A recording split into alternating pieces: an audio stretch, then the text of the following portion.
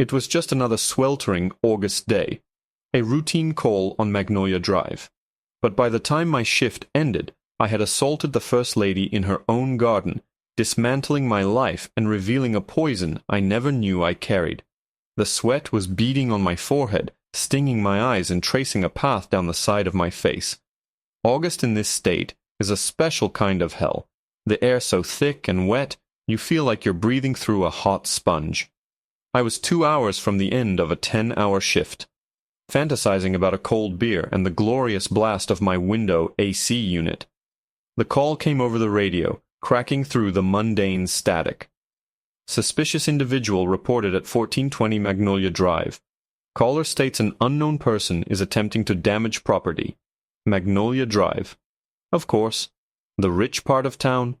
Manicured lawns, 3-car garages, and houses so big they looked like small hotels.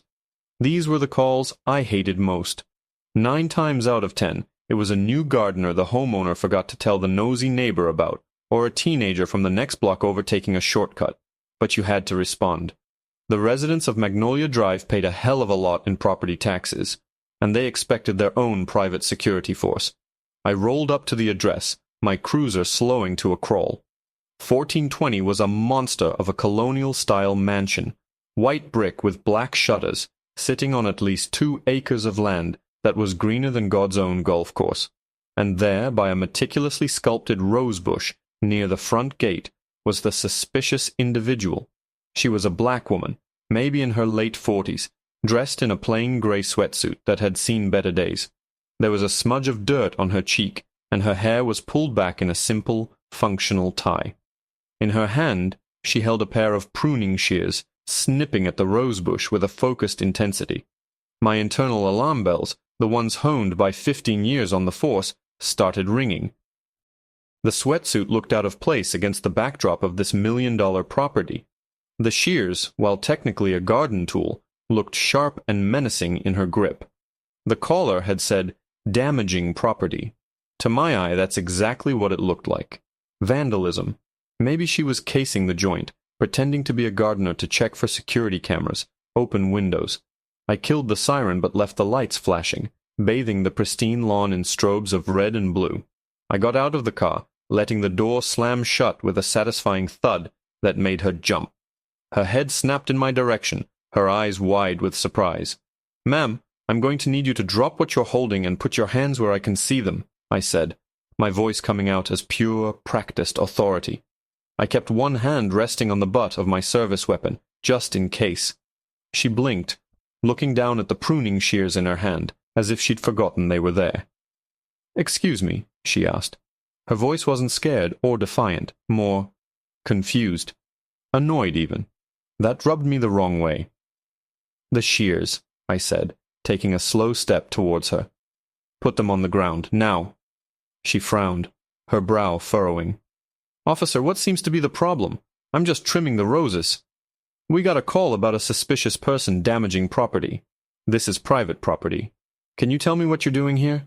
A small, incredulous laugh escaped her lips. "What am I doing here? I live here. These are my roses." I felt a flash of irritation. Right. And I was the King of England. I'd seen this 100 times. Deny, deny, deny. "Your ID," I demanded, holding out my hand. "Let me see some identification that proves you live at this address." She shifted her weight, glancing from me to the house and back again. "My wallet is inside. I was just gardening. I didn't bring it out with me." "Convenient," I muttered under my breath. My patience was gone, cooked out of me by the oppressive heat and the end-of-shift exhaustion. This was supposed to be a simple, move-along situation, but she was making it difficult. "Ma'am, you're going to have to come with me. We can sort this all out down at the station." Her eyes flashed with real anger now. "You can't be serious. I am standing in my own yard. I'm not going anywhere with you." She turned as if to walk towards the house, the shears still held loosely in her hand. That was it. In my mind, she was trying to flee. Or worse, going for a weapon inside. Training took over. I closed the distance in 2 quick strides and grabbed her arm. "You are not walking away from me," she cried out in surprise and pain, instinctively yanking her arm away. As she twisted, the pruning shears came up. It wasn't a threat, I can see that now. It was just a natural reaction to being grabbed. But in that split second, all I saw was a glint of steel coming towards me. I reacted. I didn't draw my gun, thank God. But I did the next best thing. I wrenched the shears from her grasp, the metal scraping against her skin, and used my body weight to slam her against the side of the house, pinning her against the rough brick wall right next to the thorny rose bush. She screamed as the thorns dug into her arm. I used the shears I'd just taken from her, pressing the cold, hard steel against her wrist to hold her in place. "I told you to cooperate," I yelled, my voice hoarse, adrenaline coursing through me. I had the situation under control. The threat was neutralized. My backup was just pulling up, their sirens wailing. Just then, a sleek black sedan, the kind government officials use, came screeching around the corner and pulled into the driveway, ignoring the flashing lights of the cruisers. A man in a tailored suit jumped out of the driver's side, his face pale with panic. He stared at the scene, at me pressing this woman into the wall with her own gardening tool. His eyes were wide with a horror I couldn't comprehend. And then he yelled, a sound of pure anguish that cut through the noise of the sirens. "Elena, my God, what have you done to my wife?" I stared at him, my mind struggling to connect the dots. His face. It was so familiar. Not from around the neighborhood. I'd seen it on television, on billboards, on the news every single night for the last 2 years. A cold, sickening dread began to pool in the pit of my stomach as I finally recognized the frantic man running towards me. It was Governor Thompson. The world seemed to slow down, the sound of the sirens fading into a dull, distant hum. Governor Thompson. The name hammered against the inside of my skull. My hand, the one pressing the pruning shears against his wife's wrist, suddenly felt like it was on fire. I let go as if the metal had turned white hot. The shears clattered onto the pristine flagstone path with a sound that seemed deafeningly loud in the sudden silence. Eleanor Thompson, the First Lady, stumbled forward, and the governor caught her, wrapping his arms around her protectively. He shot me a look of pure, undiluted hatred, a look that could strip paint. My blood ran cold. The sweat on my brow was no longer from the heat.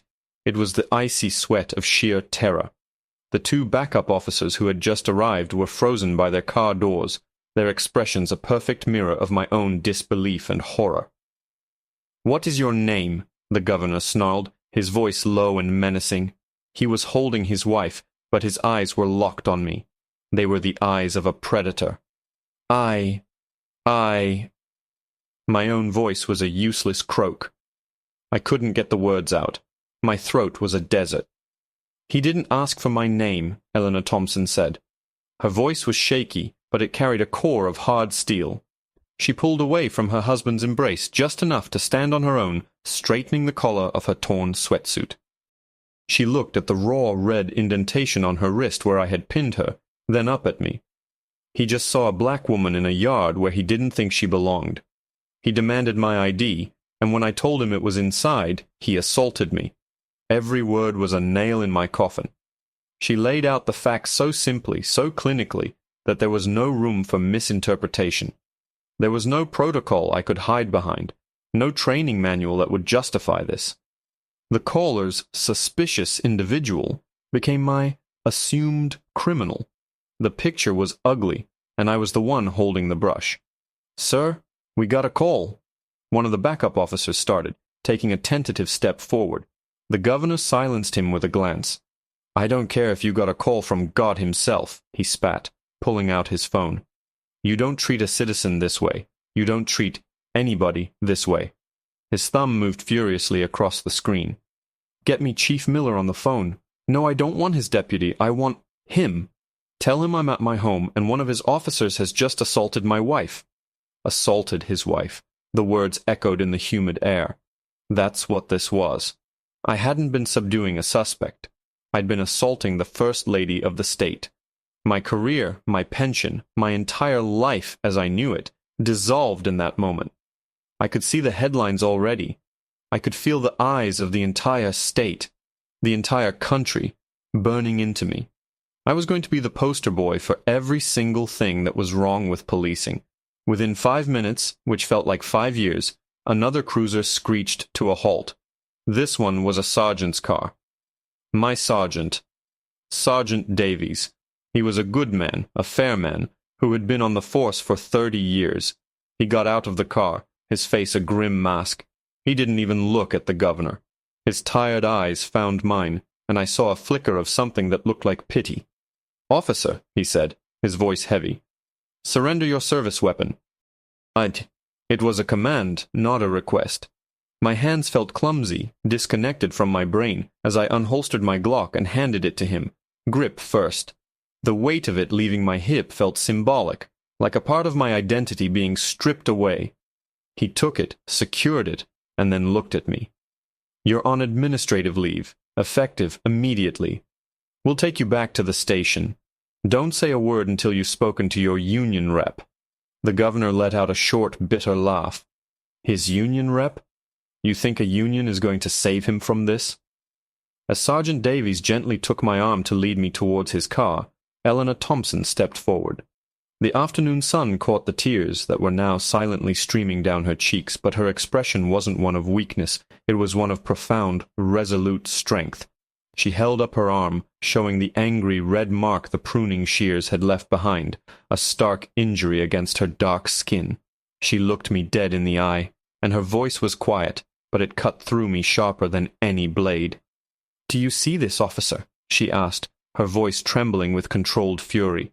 "This is what you did. But this isn't just about a scratch. This is about why you saw me, a woman in her own garden, and decided I was a threat that needed to be pinned to a wall. People like you, with that poison in your head, are the reason my husband fights so hard in his office every single day. And I swear to you," she said, taking a small step closer, "I am going to make you the new face of his campaign for police reform. You won't just be a cautionary tale. You're going to be a legacy." The ride back to the station with Sergeant Davies was dead silent. I stared out the window at the passing streets, but I didn't see them.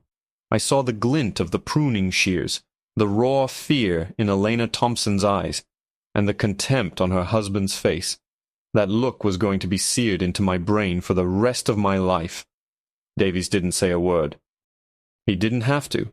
The air in the car was thick with the death of my career. By the time we got back to the precinct, the story was already breaking. A local news van was parked out front. My face, my name, my 15 years on the force, it all went up in a spectacular nationwide bonfire. The next few weeks were a blur of humiliating procedure. I was fired, of course. The union put up a token fight, but they knew it was hopeless. I was radioactive.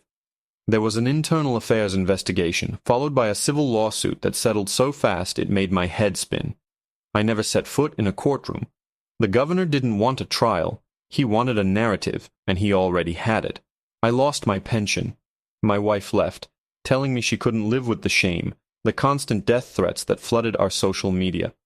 I was alone in a house I could no longer afford, watching my life get dissected on cable news by people who had never met me. At first I was just angry. Angry at the nosy neighbor who made the call. Angry at Elena Thompson for not carrying her ID. Angry at the governor for using his power to crush me. I was the victim, I told myself. It was all a misunderstanding, a split-second mistake amplified by politics. But late one night, a month into my new life as a pariah, I saw an interview with Elena Thompson. She wasn't angry or vengeful. She spoke with a quiet, heartbreaking clarity. She talked about the assumption of guilt she has had to live with her entire life, how my actions weren't an anomaly, but an extension of a fear she sees every day. She said she never felt safer than when she was with the governor, surrounded by a state-funded security detail, yet she never felt more vulnerable than when she was alone in her own yard, confronted by a single police officer.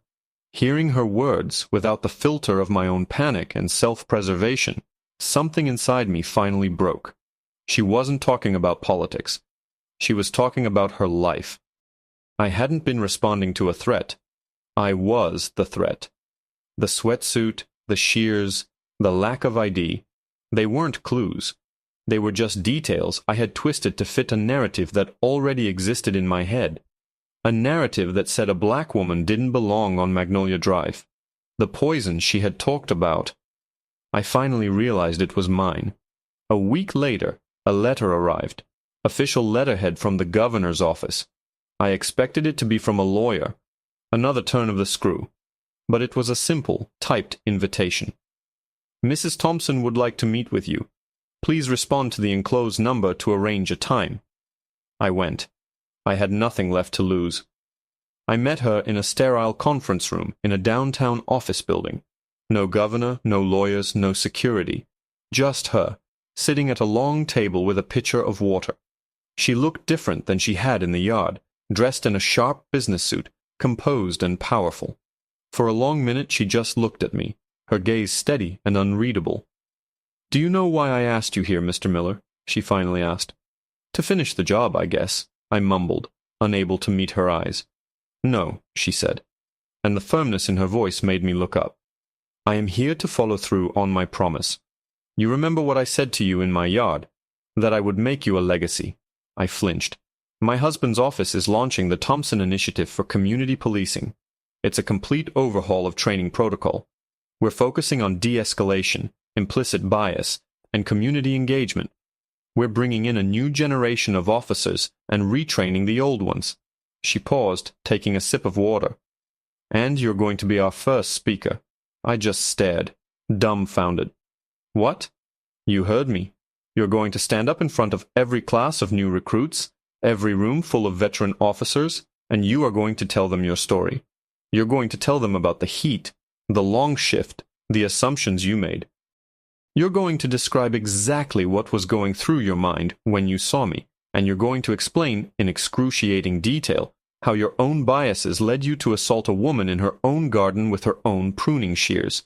You won't be Officer Miller anymore.